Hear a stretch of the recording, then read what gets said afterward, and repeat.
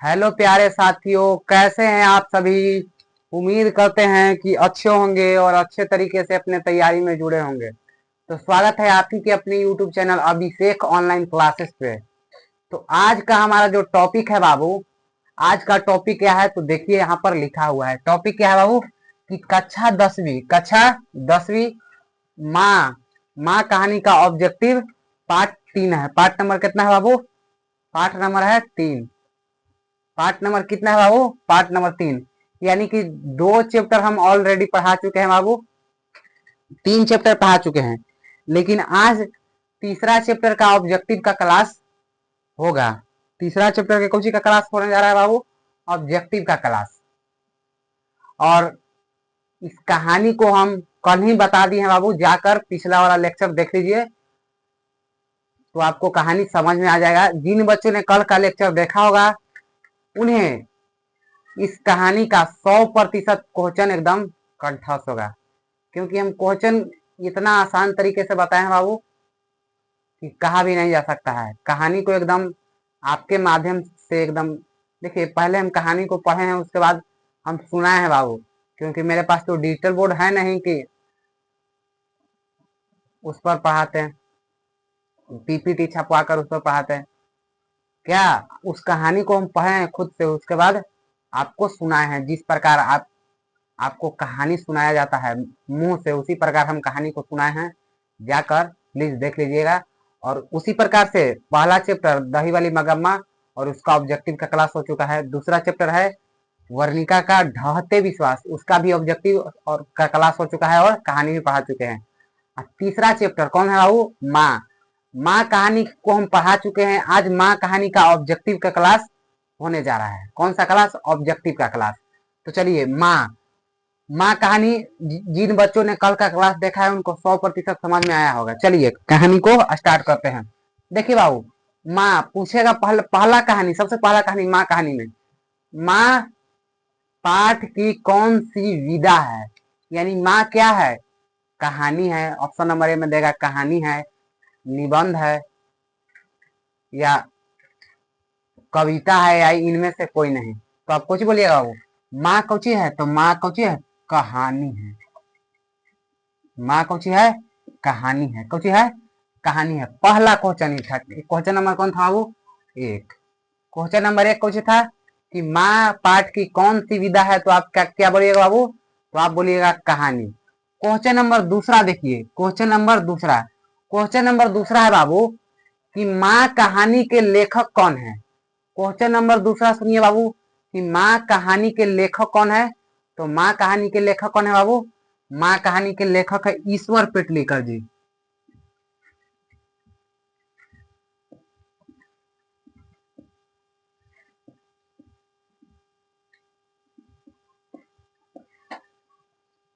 ईश्वर पेटलीकर जी माँ कहानी के लेखक कौन है?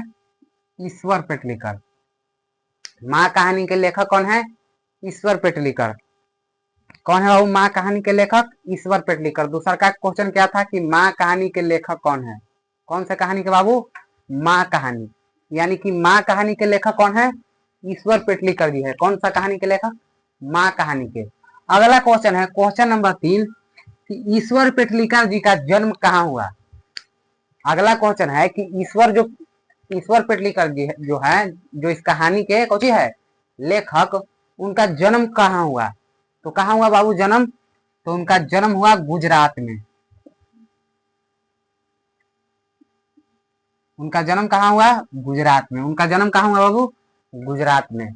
ईश्वर पेट क्वेश्चन नंबर 3 है बाबू, ईश्वर पेटलीकर जी का जन्म कहाँ हुआ। तो ईश्वर पेटलीकर जी का जन्म कहाँ हुआ? गुजरात में। क्वेश्चन नंबर 4 है कि माँ कहानी किस भाषा में लिखा गया था। यानी कि ईश्वर पेटलीकर जी ने माँ कहानी को किस भाषा में लिखा था बाबू? तो गुजराती। कौन सा भाषा में लिखे थे? गुजराती। कौन सा भाषा में लिखे थे ईश्वर पेटलीकर जी माँ कहानी को? तो गुजराती भाषा में। क्वेश्चन नंबर 4 कौन सी था कि माँ कहानी किस भाषा में लिखा हुआ था। तो माँ कहानी कौन सी भाषा में लिखा हुआ था बाबू? गुजराती भाषा में। अगला क्वेश्चन है कि माँ कहानी के अनुवादक कौन है। वो कौन है जिन्होंने माँ कहानी को गुजरात भाषा में पढ़ा, उसके बाद हिंदी में अनुवाद किया। तो कौन है बाबू? पांचवा क्वेश्चन नंबर 5 कोची है कि माँ कहानी के अनुवादक कौन है, यानी किसने इस माँ कहानी को हिंदी में अनुवाद किया, तो कौन? गोपाल दास नागर। गोपाल दास नागर।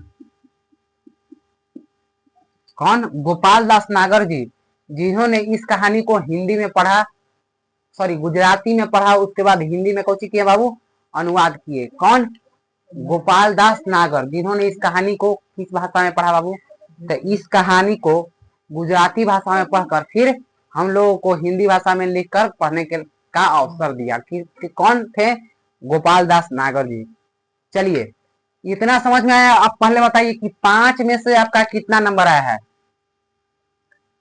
5 में से आपका कितना नंबर आया है बाबू, बताइए। 5 हम क्वेश्चन बता चुके हैं, 5 में से आपका स्कोर क्या रहा है? तो जो बच्चे पढ़ने वाले हैं, जो बच्चे इस कहानी को पढ़े हैं, उनका एक ही कमेंट आएगा, क्या बाबू? कि 5 आउट ऑफ 5, यानी 5 में से 5 आ गया है। चलिए क्वेश्चन नंबर 6 की ओर बढ़ते हैं। क्वेश्चन नंबर 6, क्वेश्चन नंबर 6 का है बाबू? तो क्वेश्चन नंबर 6 यह है कि माँ कहानी, कौन बाबू? माँ कहानी में कौन पागल और गूंगी है? माँ कहानी में कौन पागल और गूंगी है? तो कौन बाबू? कम्मू। कौन? कम्मू। क्वेश्चन नंबर 6 कौन था कि माँ कहानी में कौन पागल और गूंगी है? तो कौन पागल और गूंगी है बाबू? Kammu. Question number, sorry, Mangu. कौन बाबू? मंगू। कौन? मंगू। माँ कहानी में पागल और गूंगी कौन है बाबू? तो मंगू है। माँ कहानी में पागल और गूंगी कौन है? तो मंगू। क्वेश्चन नंबर 7 है कि मंगू क्या है? मंगू क्या है? तो मंगू कौन सी है? पागल है। मंगू का है? पागल है। क्वेश्चन नंबर 6, पागल और कौन सी है? गूंगी है। मंगू क्या है? पागल है। क्वेश्चन नंबर 7 के बाद क्वेश्चन नंबर 8 है कि मंगू की बड़ी बहन का क्या नाम था? क्वेश्चन नंबर 8 क्या है बाबू? सुनिए ध्यान से। क्वेश्चन नंबर 8 है कि जो मंगू है, कौन? जो पागल और गूंगी लड़की, जिसको माँ कहानी में जिसके बारे में पढ़े हैं, उसके बड़ी बहन का क्या नाम था? यानी मंगू के बड़ी बहन का क्या नाम था? तो मंगू के बड़ी बहन का कौन नाम था बाबू? कम्मू। मंगू के बड़ी बहन का कौन नाम था? कम्मू। मंगू के बड़ी बहन का कौन नाम था? कम्मू। मंगू के बड़ी बहन का क्या नाम था बाबू? तो मंगू के बड़ी बहन का क्या नाम था? कम्मू। चलिए क्वेश्चन नंबर 9 देखिए। क्वेश्चन नंबर 9, क्वेश्चन नंबर 9 है कि मंगू के कितने भाई थे? मंगू के कितने भाई थे? मंगू के कितने भाई थे? तो मंगू के 2 बड़े भाई थे। मंगू के 2 बड़े भाई थे। मंगू के गो बड़ा भाई था? तो मंगू के 2 गो बड़े भाई था। मंगू के गो बड़ा भाई था? 2 गो। चलिए क्वेश्चन नंबर 9 क्वेश्चन था कि मंगू का कितने बड़े भाई थे? तो मंगू के 2 बड़े भाई थे। मंगू के गो बड़ा भाई था बाबू? 2। क्वेश्चन नंबर 10 है कि मंगू कब से पागल और गूंगी थी? क्वेश्चन नंबर 10 है कि मंगू कब कब से पागल और गूंगी थी? तो मंगू कब से पागल और गूंगी थी? जन्म से। कब से बाबू? जन्म से। कब से? जन्म से। मंगू कब से पागल और गूंगी थी? तो मंगू जन्म से ही कौची थी? पागल और गूंगी थी। अब बताइए कि 10 गो क्वेश्चन हम बता चुके हैं, 10 में आपका स्कोर कितना रहा है? कमेंट जरूर करिए बाबू। देखिए 10 में आपका कितना स्कोर रहा है, बताइए बाबू। 10 में आपका कितना स्कोर रहा है? जिन बच्चों ने क्लास को ईमानदारी पूर्वक देखा होगा, इस कहानी को पढ़ा होगा, उनका एक ही कमेंट आएगा, क्या बाबू? कि 10 में से 10। और एक रिक्वेस्ट है बाबू, चैनल को लाइक करिए, सॉरी चैनल को सब्सक्राइब करिएगा और वीडियो को लाइक करिएगा, क्योंकि लाइक से हम और चैनल को सब्सक्राइब करने से हमारा जो मोटिवेशन है बाबू वो बढ़ता है। क्यों? क्योंकि हमको लोग पसंद करने लग। चलिए तो 10 में से आपका स्कोर कितना है बाबू? तो जिन बच्चों ने ईमानदारी पूर्वक क्लास देखा होगा वो उनका एक ही सवाल क्या बाबू? कि 10 में से 10। चलिए क्वेश्चन नंबर 11 की ओर चलते हैं। क्वेश्चन नंबर कौन था बाबू? Question number 11। क्वेश्चन नंबर कौन बाबू? Question number 11।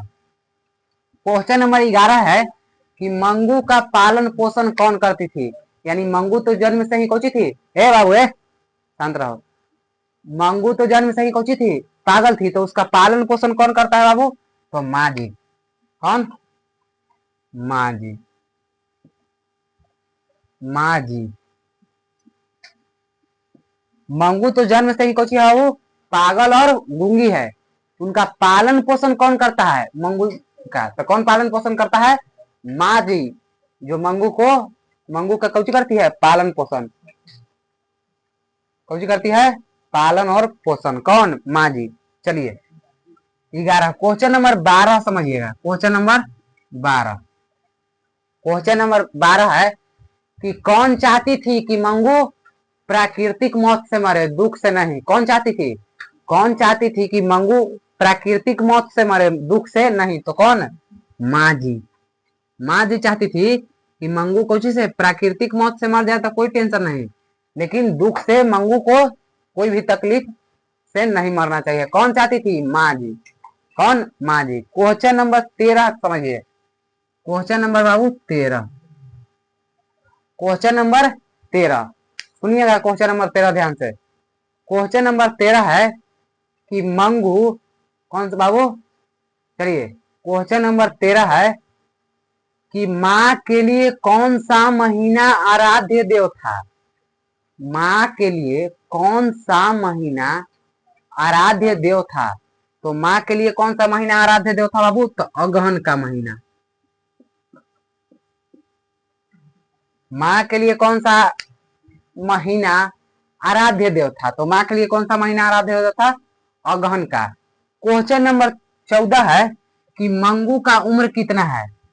तो मंगू का उम्र कितना है बाबू? तो मंगू का उम्र है 12 वर्ष। मंगू का उम्र कितना है बाबू? 12 वर्ष।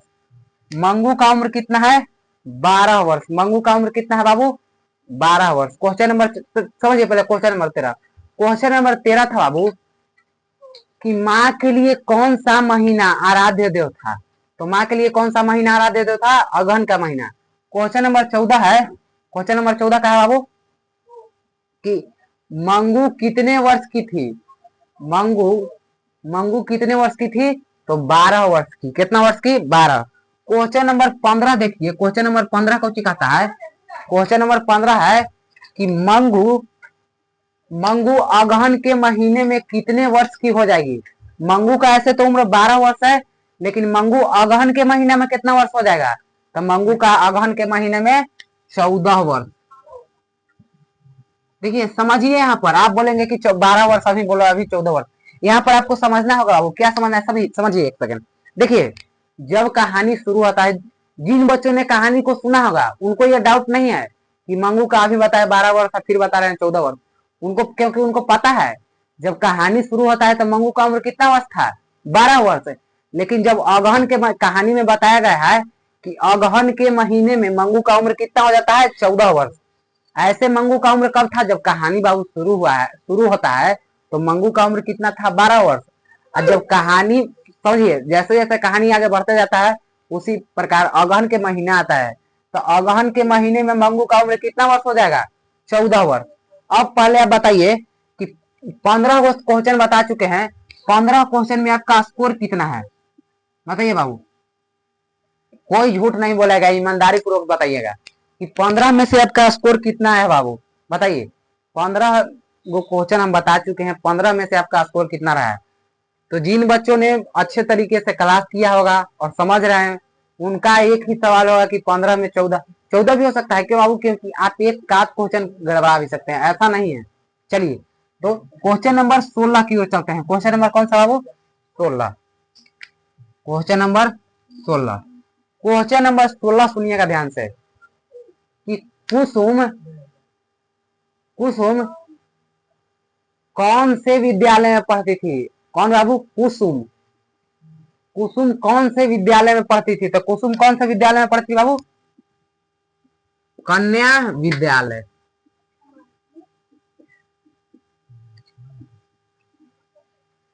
कुसुम कौन से विद्यालय में पढ़ती थी बाबू? क्वेश्चन नंबर 16 का है कि कुसुम कौन से विद्यालय में पढ़ती थी? तो कुसुम कन्या विद्यालय में। कौन से विद्यालय में?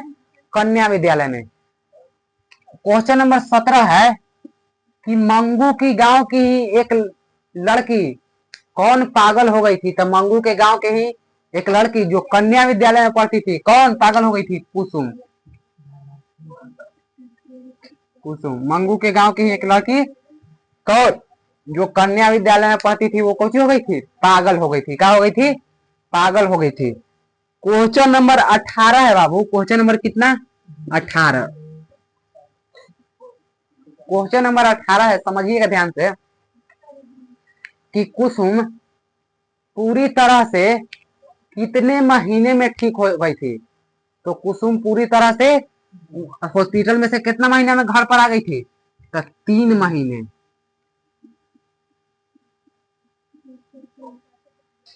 कुसुम हॉस्पिटल में से ठीक होकर कितना महीना में घर आ गई थी? तो 3 महीने में कहा गई थी? घर आ गई थी। अगला क्वेश्चन है क्वेश्चन नंबर 19 कि माँ कोची बाबू। क्वेश्चन नंबर 19 कि माँ जी अस्पताल को किसकी उपमा देती थी? माँ जी अस्पताल को किसकी उपमा देती थी बाबू? तो गौशाला की उपमा देती थी।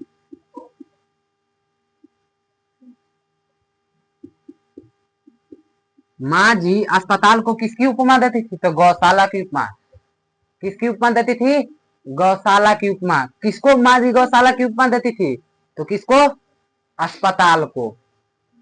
चलिए, गौशाला माने समझ रहे हैं ना? जहाँ कौची, जहाँ गाय बछड़ा ये सब भैंस